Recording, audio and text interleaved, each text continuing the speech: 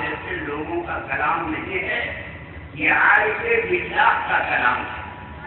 اللہ تعالیٰ کی نشانیوں میں سے ایک عظیم نشانی حضرت مولانا عبدالعلیم حافظی جونپوری رحمۃ اللہ تعالیٰ علیہ کا کلام ہے۔ اور بزرگوں کا کلام وہ کلام ہوتا ہے جو ہمارے لیے نصیحت بھی ہے، ہمارے لیے رہبر بھی ہے، ہمارے لیے رہنما بھی ہے۔ جو شے تیری نگاہ سے گزرے ضرور اور ہر جز و گل ہے مظہر انوار مصطفیٰ۔ اللہ تعالیٰ ان کے ارشاد کے مطابق ہمیں عمل کرنے کی توفیق رفیع عطا فرمائے کہ ہم جس اچھی چیز کو دیکھیں، جس حسن کو دیکھیں، جس جمال کو دیکھیں، جس کمال کو دیکھیں تو دیکھتے ہی ہماری زبان پر پیارے نبی پر درود و سلام پڑھنے کا نغمہ طاری ہو جائے۔ جب یہ کیفیت ہو جائے گی تو سمجھیے کہ آپ صحیح راستے پر چل رہے ہیں۔ درود پاک پڑھنا اور کثرت سے پڑھنا یہ صحیح راستے پر چلنے کی دلیل ہے۔ حضرت مولانا جلال الدین رومی نام کو سنا ہوگا آپ نے۔ اب تو ان کی مصنوی جو ہے لوگوں نے پڑھنا ہی چھوڑ دیا۔ پہلے زمانے میں جب تک کہ مقرر ان کی مصنوی نہیں پڑھتا تھا، مقرر کی تقریر کامیاب نہیں ہوتی، مصنوی پڑھا جاتا۔ اب لوگوں نے مصنوی کو بالکل کنارے پہ ڈال دیا۔ بڑی نصیحت کی باتیں اس میں، بڑی عظیم ترین باتیں اس کے اندر ہے۔ وہ فرماتے ہیں درود پاک پڑھیے، اللہم صلی علی سیدنا وشفیعنا مولانا محمد وعلی آل سیدنا وشفیعنا مولانا محمد مبارک وسلم صلاۃ و سلام علیک یا سیدی یا حبیبی یا رسول اللہ۔ اللہ تعالیٰ نے آپ کی ذات کو، پیارے نبی کی ذات کو مرکز بنایا ہے اور اس مرکز سے رابطہ قائم رکھنے کے لیے ضروری ہے کہ ان پر درود و سلام کی دالیاں پیش کی جائیں۔ اگر درود و سلام نہیں پڑھا جاتا ہے ان کی ذات پر تو اس کا معنی یہ ہوا کہ ایسے لوگ اپنے مرکز سے کٹتے ہوئے چلے جا رہے ہیں، دور ہوتے چلے جا رہے ہیں۔ سبب فرمود اصل الگ کیونکہ ذاتش اصل محتاج لے، یہ کلام ہے آپ کا حضرت مولانا روم کا۔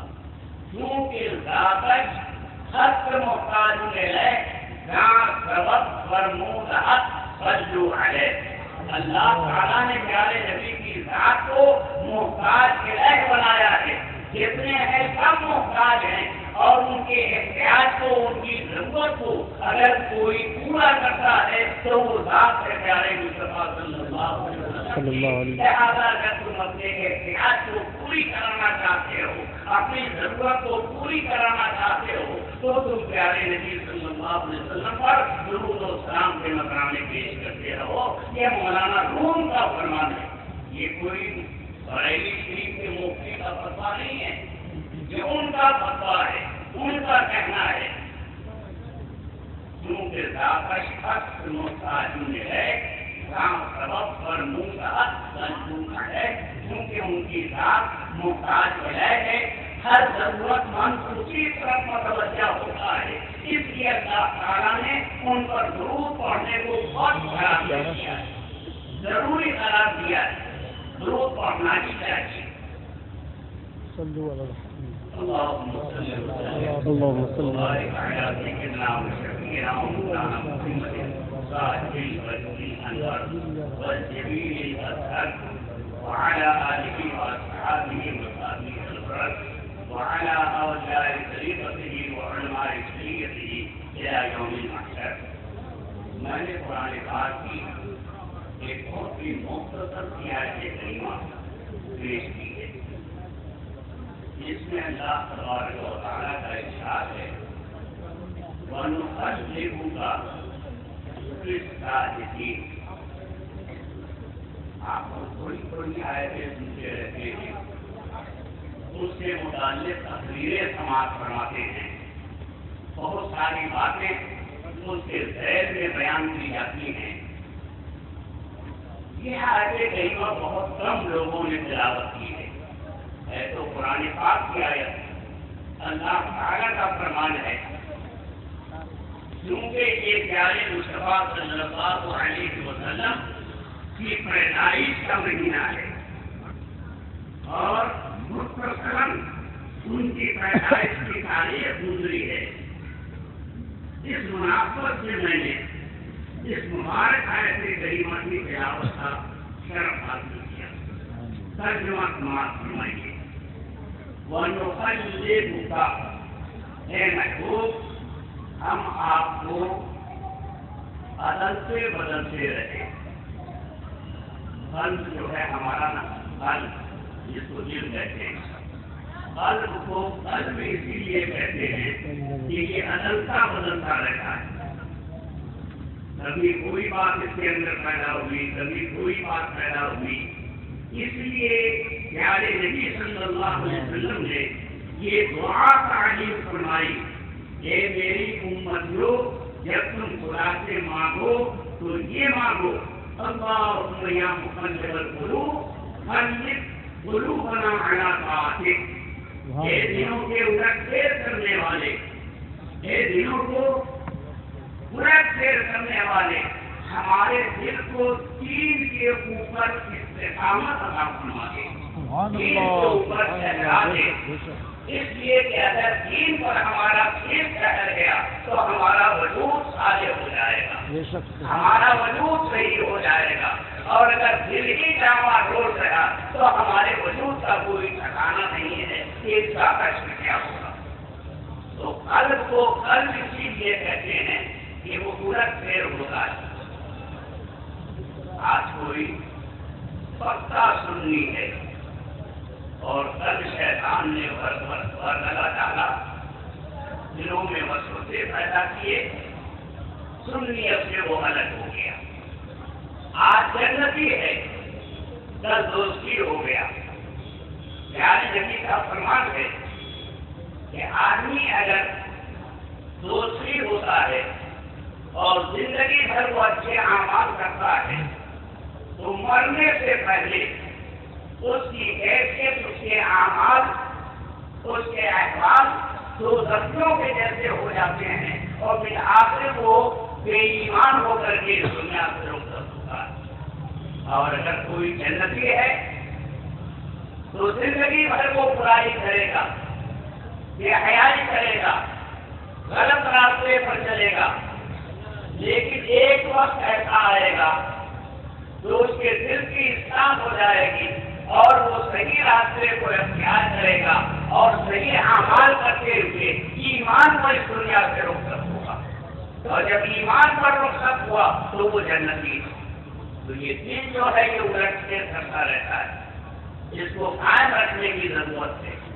جیسے دین محکم کی جس کو آپ نے پکڑ لیا ہے اور وہ صحیح راستے پر ہے تو اس کو مضبوطی کے ساتھ پکڑ لینا چاہیے، مضبوطی کے ساتھ اس کو تھام لینا چاہیے۔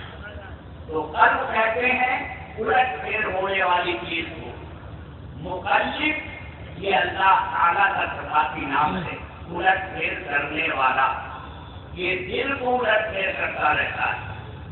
دل جو ہے یہ پتا کی طرح ہے، جب ہوا چلتی ہے تو وہ پتا الٹ پھیر ہوتا رہتا ہے، کبھی ایسے ہوا کبھی ایسے ہوا۔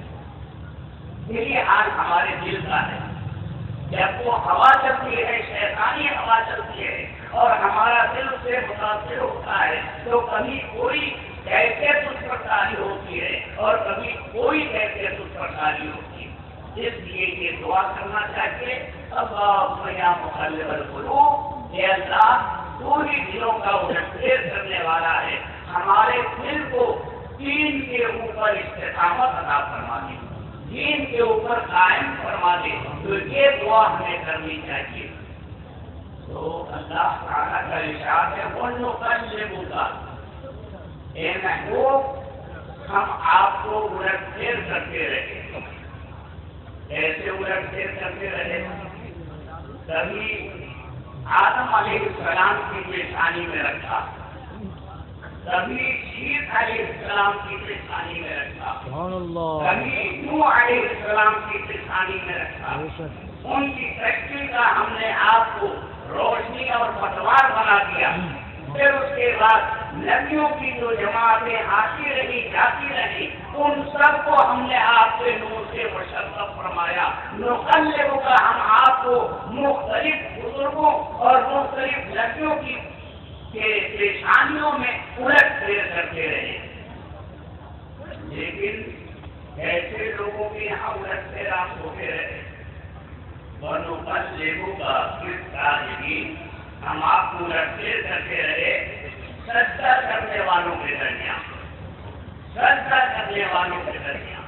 اس کا معنی یہ ہوا کہ ہمارے آقا مولا صلی اللہ علیہ وسلم کا نور جو حضرت آدم سے چلا ہے، حضرت آمنہ تک آیا ہے، حضرت عبداللہ تک آیا ہے، اس میں کوئی بھی شخصیت، کوئی بھی ذات، کوئی بھی پشت اور کوئی بھی شکم ایسا نہیں ہے جس نے اللہ تعالیٰ سے بغاوت کی ہو، اللہ تعالیٰ سے دوری حاصل کی ہو، بلکہ ہر اس جگہ پر آپ نے نور کو رکھا جہاں سجدوں کی کڑک موجود تھی اور جہاں ایمان کی رمق موجود تھی، وہیں ہم نے آپ کو رکھا ہے. پیارے نبی صلی اللہ علیہ وسلم جس آنے طیبہ سے اور اس کے مبارک سے گزرے، وہاں آپ نے اپنے انوار و برکات کو ایسا بکھیرا ہے، ایسا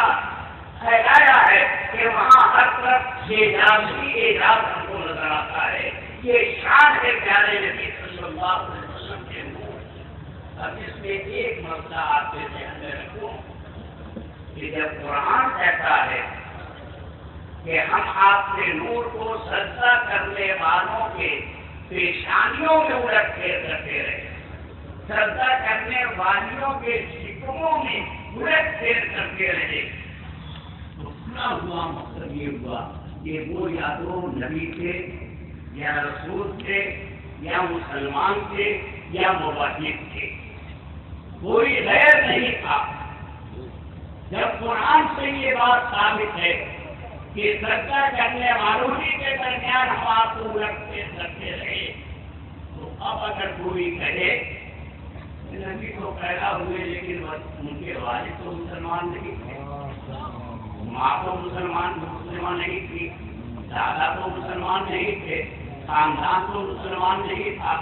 ہم یہ کہتے ہیں کہ جب قرآن فرما رہا ہے کہ آپ کا نور اسی جگہ پہ ہم رکھتے رہے جہاں سجدہ کرنے والوں کی جماعت تھی، سجدہ کرنے والوں کی ذات تھی، جب قرآن نے یہ کہہ دیا ہے تو ہم کسی کی بات کو تسلیم نہیں کریں گے بلکہ قرآن کو تسلیم کریں گے، قرآن کو ہم مانیں گے اور قرآن ہی پر ہمارا ایمان ہوگا. لہٰذا اس آیت کریمہ کی روشنی میں ہمارا یہ ایمان ہونا چاہیے کہ پیارے نبی صلی اللہ علیہ وسلم کے آباء و اجداد حضرت عبداللہ سے لے کر کے حضرت آدم تک جتنے ہوئے ہیں وہ سب اہل سجدہ تھے، اہل اسلام تھے، اہل ایمان تھے، اہل نبوت تھے. یہ سب اللہ کے محبوب اور شریعے. ایک بات یہ اب دوسری بات یہ ہے، علماء یہاں بیٹھے اور کچھ علماء اندر بھی سن رہے ہیں. نقلب یہ فعل مضارع ہے جو حال اور استقبال دونوں پر دلالت کرتا ہے. تو اس کا معنی یہ ہوا کہ محبوب مکے میں جو آپ تشریف لائے تو آپ کی ذات کو انہی لوگوں میں ہم نے پھیلایا جن لوگوں کے اندر سجدہ کرنے کا ذوق اور اس کا شوق موجود تھا. چنانچہ وہی لوگ ایمان لائے اور وہی آپ کی غلامی کو اختیار کیا اس وقت بھی، یعنی عالم بھی اور معالم بھی. حضور اکرم صلی اللہ علیہ وسلم پر ایمان لانے والے وہی حضرات ہیں جن لوگوں میں اللہ تعالیٰ کے قرب کی فرق موجود تھی اور اللہ تعالیٰ کی معرفت کا ذوق موجود تھا. انہی لوگوں نے ایمان کی چاشنی حاصل کی اور ایمان کی دولت کو حاصل کیا. ہم آپ کو الٹ پھیر کرتے ہیں، اس میں سرکہ جھڑنے والوں میں۔ ایک بات میں آپ کو اور کہہ دوں، تاریخ اٹھائیے، تاریخ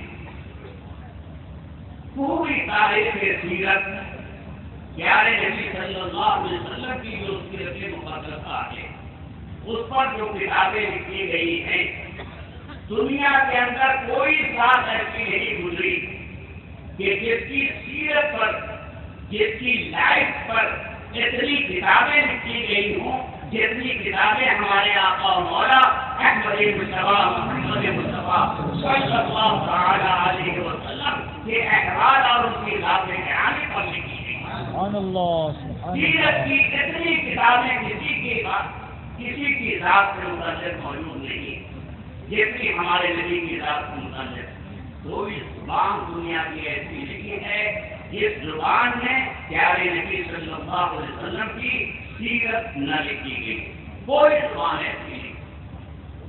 زبان کتنی ہم تو اس کو گن بھی نہیں سکتے، دنیا میں کتنی زبانیں ہیں ہم اس کو گن نہیں سکتے ہیں، اور ہر زبان میں پیارے نبی کی سیرت موجود ہے، پیارے نبی کے احوال موجود ہے۔ اور اس کی وجہ یہ ہوئی کہ دنیا کی ہر قوم جو اسلام کی طرف متوجہ ہوئی، اسلام لانے کی طرف مائل ہوئی، ان سب قوموں نے اپنی اپنی جماعت کے لیے پیارے نبی کی سیرت کو اپنی زبان میں، اپنے حالات میں پیش کرنے کی کوشش۔ جب ہم ہالینڈ میں گئے، ہالینڈ کی زبان تو بالکل الگ ہے، نہ وہ انگلش ہے، نہ وہ فرینچ ہے، نہ وہ ملیالم ہے، نہ وہ جاپانیز ہے، اس کی زبان بالکل الگ الگ ہے۔ اس زبان کا نام ہی ہے ڈچ۔ ہمارے مختلف فرماتے تھے ڈچ یعنی نہ جھوٹ نہ سچ، ایسی زبان ہے، ایسی زبان ہے کہ آپ 10 سال وہاں رہ جائیں پھر بھی وہ زبان سمجھ میں نہیں آتی۔ لیکن جب وہاں ہم گئے تو ہم نے دیکھا کہ غلام رسول نام کے ایک شخص جن کی فیملی الادی کہلاتی ہے، غلام رسول، اس نے پیارے نبی صلی اللہ علیہ وسلم کی سیرت مبارکہ کو ڈچ زبان میں نہایت اعلیٰ طریقے سے ترتیب کیا، اعلیٰ طریقے سے دیکھا، اور صرف سیرت ہی نہیں بلکہ قرآن کریم کا ڈچ میں ترجمہ پہلے تو ایک ڈچ شخص نے کیا اور اس کے بعد یہ غلام رسول نے کیا ہے۔ وہ ترجمہ کون سا ترجمہ ہے؟ ترجمہ کنز الایمان۔ قرآن پاک کا ترجمہ فرمایا جس کا نام کنز الایمان رکھا ہے، اسی کو انہوں نے ڈچ زبان میں ڈال کر وہاں کی قوم کے سامنے پیش کر دیا ہے۔ تو کوئی قوم دنیا کی ایسی نہیں ہے جہاں قرآن پاک کا ترجمہ نہ ہو اور پیارے نبی کی سیرت مقدسہ پر کتاب نہ ہو۔ درود پاک پڑھیے، اللهم صل علی سیدنا وشفیعنا مولانا محمد وعلی آل سیدنا وشفیعنا مولانا محمد مبارک وسلم كما تحب وترضى بصلی علیہ ونقلب کا۔ یہ محبوب ہم آپ کو رکھتے کرتے ہیں، بلانے گئے تو حال کا ترجمہ بھی ہوگا۔ جب آپ تشریف لائے تو آپ کی ذات کو انہی لوگوں نے اختیار کیا، آپ کے احوال کو انہی لوگوں نے اپنایا، آپ کے کردار کو اپنے کے ذریعے نجات انہی لوگوں نے بنایا جہاں سجدے کی فرق موجود تھی اور اللہ کو پہچاننے کا ذوق موجود تھا، وہیں ہم نے آپ کو رکھا۔ تو جس وقت آپ تشریف لائے اس وقت بھی مسلمانوں کی جماعت میں ایسے ہی لوگ شامل ہوئے جو اللہ کو پسند تھے۔ وہ جو ہے جیسے حال پر دلالت کرتا ہے ویسے ہی استقبال پر دلالت کرتا ہے، دونوں زمانوں پر وہ دلالت کرتا ہے۔ ہم آپ کو مدد کرتے ہیں اور ہم آپ کو مدد کرتے رہیں گے، دونوں ترجمہ کا ہوگا۔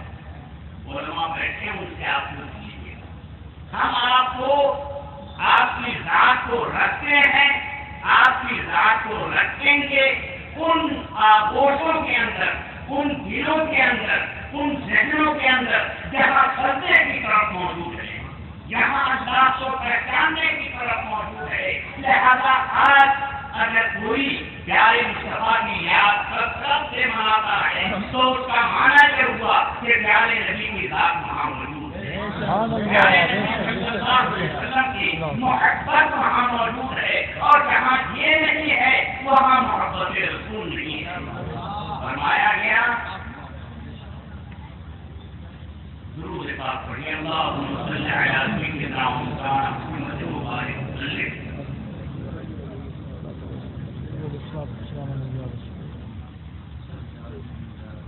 من احب شیئا اکثر ذکر، جو جس سے محبت کرتا ہے اس کا ذکر اکثر کرتا ہے، جو جس سے محبت کرتا ہے اس کا ذکر وہ اکثر کرتا ہے. ایک مسجد یہ بھی ہے، ایک مسجد وہ بھی ہے، کتنی مسجدیں ہیں. آپ دیکھ سکتے ہیں کہ کہاں محبت رسول ہے، کہاں درود و سلام پڑھا جا رہا ہے. یہاں سلام کے نذرانے پیش کیے جا رہے ہوں گے، جہاں درود پڑھا جا رہا ہوگا وہاں محبت رسول ہے، وہاں رسول کی ذات ہے، وہاں رسول کا کردار ہے، وہاں رسول کا پیغام ہے. اور جہاں لوگ منہ کہتے ہیں نماز پڑھا سلام کیا اور چلے گئے، پتہ نہیں کس کو سلام کرتے. اگر سلام ہی کرنا ہے تو اپنے نبی کو بھی تو سلام کرنا سیکھو. صرف مقتدیوں کو سلام کرتے ہو، اپنے امام کو سلام کرتے ہو، اور جو امام المرسلین ہیں ان کو سلام کرنے سے گریز کرتے ہو آتے ہو. لیکن اللہ تعالیٰ تمہیں مجبور کرے گا کہ تم سلام بھیجو. اور فرق یہ ہے کہ سنی لوگ مسرور ہو کر کے سلام پڑھتے ہیں، ہاتھ مانگتے ہیں جھوٹے